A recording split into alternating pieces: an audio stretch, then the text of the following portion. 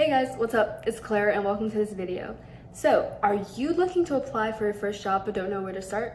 Well, you've come to the right place because today I'm going to tell you all about the job application process and share some of my own experiences with getting my first job. So, let's get to it.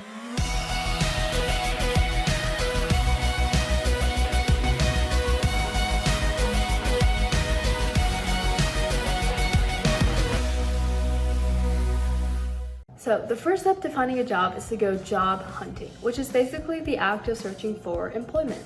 There are so many opportunities for you to find a job, and one of the most common ones is to just talk to your family and friends. This type of job hunting is called networking. It's very possible that you might know someone who works at a place or owns a place that's hiring, and all you have to do is feel free to call them, email them, and ask if they have a position open. If so, maybe that person can help you get a job there. If not, don't worry.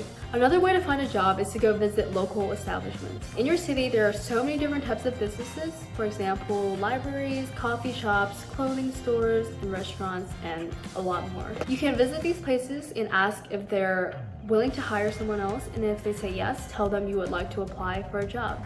If no, say thank you and then try another place. You can also visit their websites to see if they have any openings, and if they do, shoot them an email with your qualifications and they should get back to you shortly.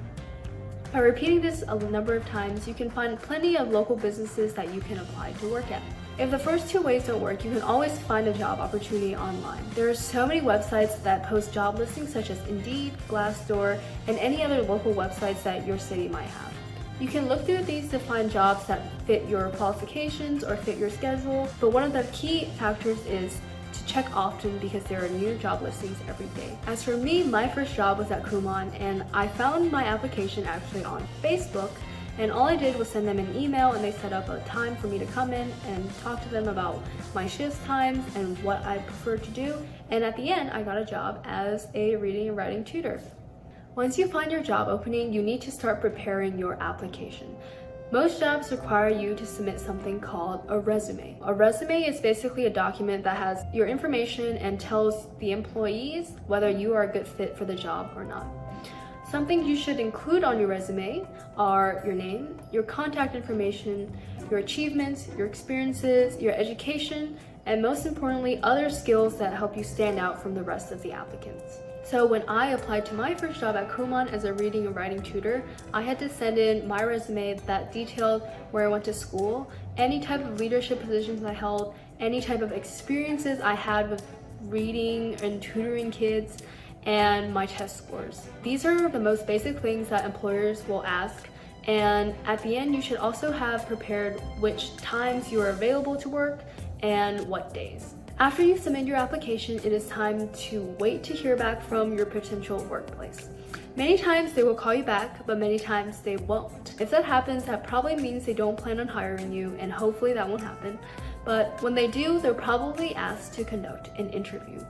This usually means that they're interested in your application and they might want to hire you. So it is very important that you ace this interview so you can get the job. One thing you can do to prepare for your interview is to think of questions that employers may ask you. Many times they will ask you to describe yourself or any other qualifications that you have that makes you stand out from others.